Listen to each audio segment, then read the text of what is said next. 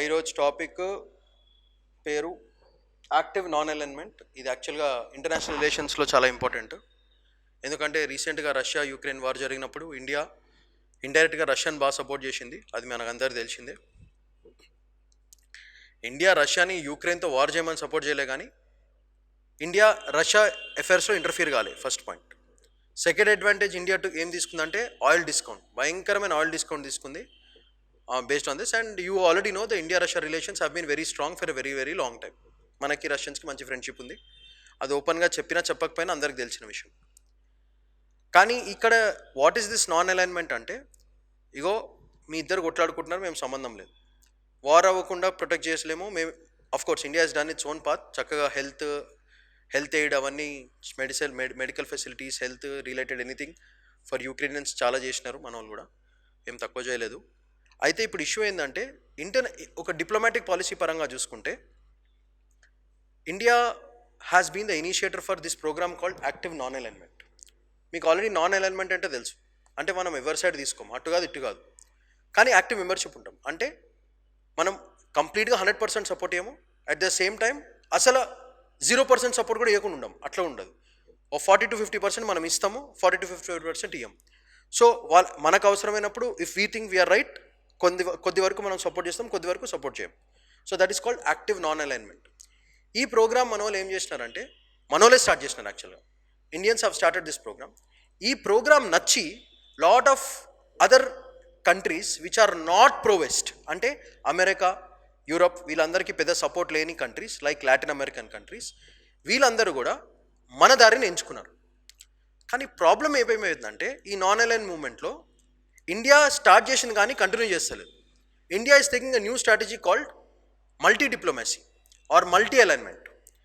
ఇక్కడేమో single alignment అవుతుంది, వెస్టా రష్యానా అట్లా కాకుండా ఇండియా ఏం చేస్తుందంటే మల్టిపుల్గా లాటిన్ అమెరికన్స్తో ఒక రిలేషన్స్, యూరోపియన్స్తో ఒక రిలేషన్స్, యూఎస్తో ఒక రిలేషన్స్, అట్లానే చైనీస్తో ఒక relations, other South Asian nations ఒకలాంటి relations. So we are looking into multi diplomacy. Problem ఏమవుతుందంటే, ఈ అలైన్మెంట్ మనం తీసుకోకపోవడం వల్ల, దీని లీడర్షిప్ మనం తీసుకోకపోవడం వల్ల, China is taking advantage using this same principle and trapping the Latin American countries which are not West. వెస్ట్కి సపోర్ట్ చేయని చాలా కంట్రీస్ ఉన్నాయి, లైక్ చిలీ, పారాగ్వే, యూరుగ్వే. ఇవన్నీ కూడా పెద్ద వెస్ట్కి సపోర్ట్ చేసే కంట్రీస్ కాదు. అట్లానే సౌత్ అమెరికా, ఇవన్నీ ఈ లాటిన్ అమెరికన్ కంట్రీస్ ఏమవుతుందంటే స్లోగా దే ఆర్ యాంటీ వెస్ట్ అయిపోతున్నాయి. ఈ యాంటీ వెస్ట్ యాక్చువల్గా they were very pro India. So if India is not taking the leadership, China will start taking the leadership. And బ్యూటిఫుల్గా China ఏం చేస్తుందంటే సాఫ్ట్ పవర్ వాడి వీళ్ళందరినీ వాళ్ళకి సపోర్ట్ చేయమని చేస్తుంది. So the greatest disadvantage which is happening right now is India not taking up the leadership, and that is the problem with current situation. So what is this programme ఏంటి అనేది ఒక్కసారి చూద్దాము. So మనం this is exclusively useful for your మెయిన్స్లో మీ answer కనుక దీనికి related ఉంటే మీరు ఖచ్చితంగా వాడాల్సిన పదాలు multi alignment, active non alignment, strategic convergence, anti western axis, new silk road గురించి మెన్షన్ ఉండాలి, చైనాది, ఇంటర్నేషనల్ డైనమిక్స్ ఏమవుతారో మెన్షన్ చేయాలి, చైనా సాఫ్ట్వేర్ వాడాలి, India's evolving role. These are all the keywords which you have to definitely mention for your mains answer. Mains answer international relations రాసినప్పుడు ఈ topic వస్తే మీరు ఖచ్చితంగా ఇవన్నీ మెన్షన్ చేయాలి, తప్పదు. ఇది చేస్తేనే మీరు అనుకున్నవి జరుగుతాయి, లేదంటే gone. So that is the whole point. So moving forward, so what is this all about?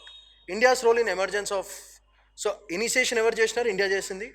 Russia Ukraine వార్లో మనం ఆయిల్ ట్రేడ్ మీద డిస్కౌంట్ తీసుకున్నాము. గ్లోబల్ సిగ్నిఫికెన్స్ ఏంటంటే, లాటిన్ అమెరికన్ కంట్రీస్ అన్నీ కూడా ఈ వెస్టర్న్ యాక్సిస్ అంటే యాక్సిస్ పవర్స్ అని కాదు, వెస్టర్న్ యాక్సిస్ అంటే all the west countries, especially ఇండైరెక్ట్గా యూఎస్ అన్నట్టే వాళ్ళు. సో వీళ్ళకి గొడవ, వీళ్ళకి పడతలేదు, వీళ్ళని సపోర్ట్ చేస్తారు. చేయనప్పుడు ఎవరు తీసుకొస్తున్నారు మార్కెట్లకి?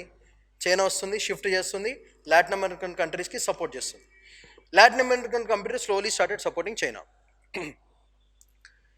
ప్రాబ్లం ఎందుకు? అసలు చైనా ఎందుకు మధ్యలోకి దూరింది? ఎందుకంటే India has taken a unique stand of something called multi alignment. మన వాళ్ళు వాడే స్ట్రాటజీ ఏమో మల్టీ అలైన్మెంట్ స్ట్రాటజీ.